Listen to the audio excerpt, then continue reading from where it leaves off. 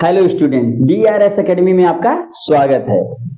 जैसा कि future indefinite sentence पिछले ही वीडियो में समाप्त हो गया है, तो आज इस वीडियो में हम आपको फ्यूचर कंटीन्यूअस टेंस का अफर्मेटिव सेंटेंस पढ़ाने जा रहे हैं।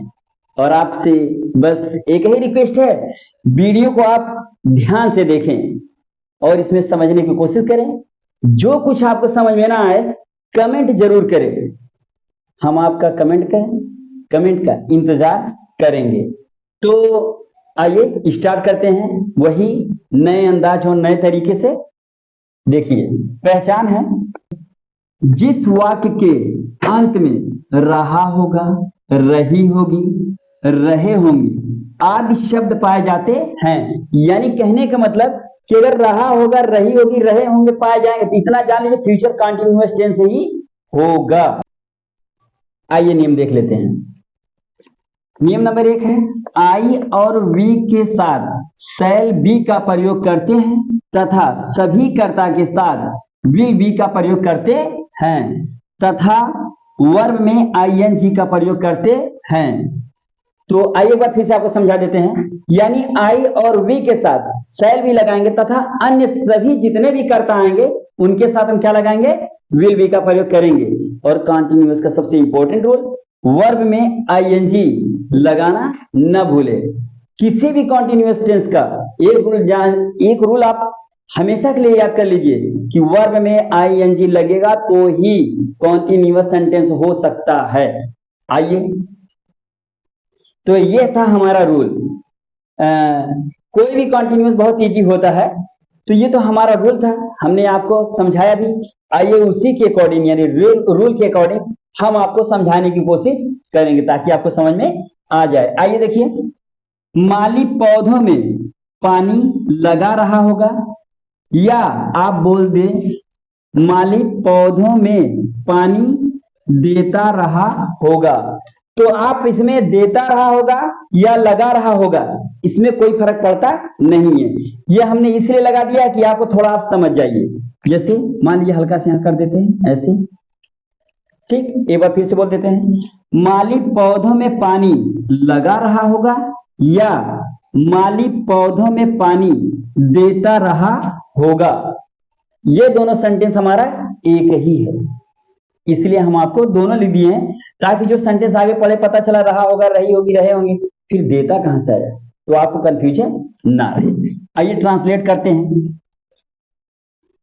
तो लिखिए, बी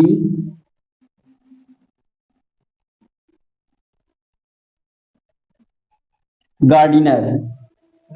तो हम अन्य कर्ता लेकर लगा रहे हैं, मतलब माली ही मान लीजिए। अभी आई और वे के साथ भी हम इनका उपयोग मतलब यूज कर देते हैं। तो दी गार्डिनर आप लगाइए विल बी, पानी देने का अंग्रेजी वाटर, वाटर में आईएनजी लगा दीजिए। वाटरिंग कहां, पौधों में, इन दी प्लांट्स।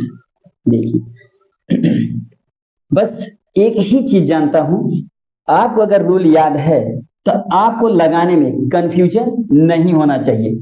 हमने क्या कहा, माली दी गार्डिनर, सभी कर्ता के साथ विल बी का प्रयोग, विल बी, वर्ब में आईएनजी, वाटरिंग कहां पानी दे रहे हैं, पौधों में, फिनिश। आइए रूल के अकॉर्डिंग 2-4 ट्रांसलेशन हम आपको और समझाने की कोशिश करेंगे। आइए तो रूल के अकॉर्डिंग ट्रांसलेट भी लगा लेते हैं। तो चलिए स्टार्ट करते हैं। हम अगले वर्ष अपने नए मकान में रह रहे होंगे।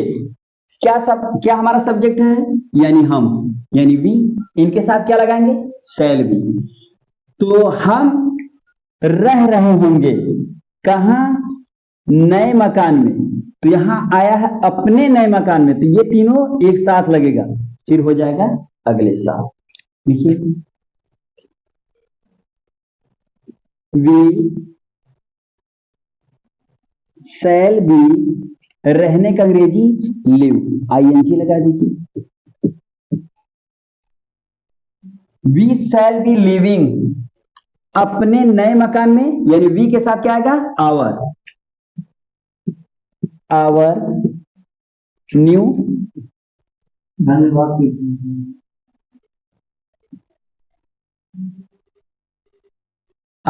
New house.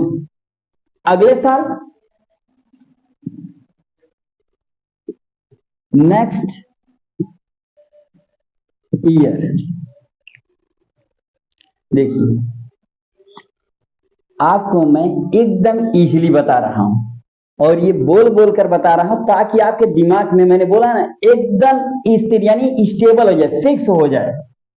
हम वी के साथ वी शैल बी रह रहे होंगे, लिविंग अपने नए मकान में, हम के साथ आवर न्यू हाउस का अगले साल, दी next year.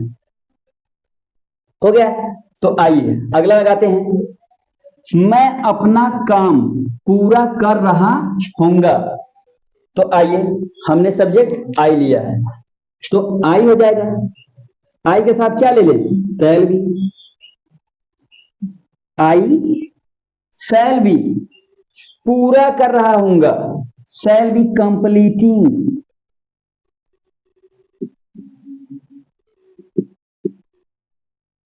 Shell be completing क्या, अपना कार्य, आई के साथ माई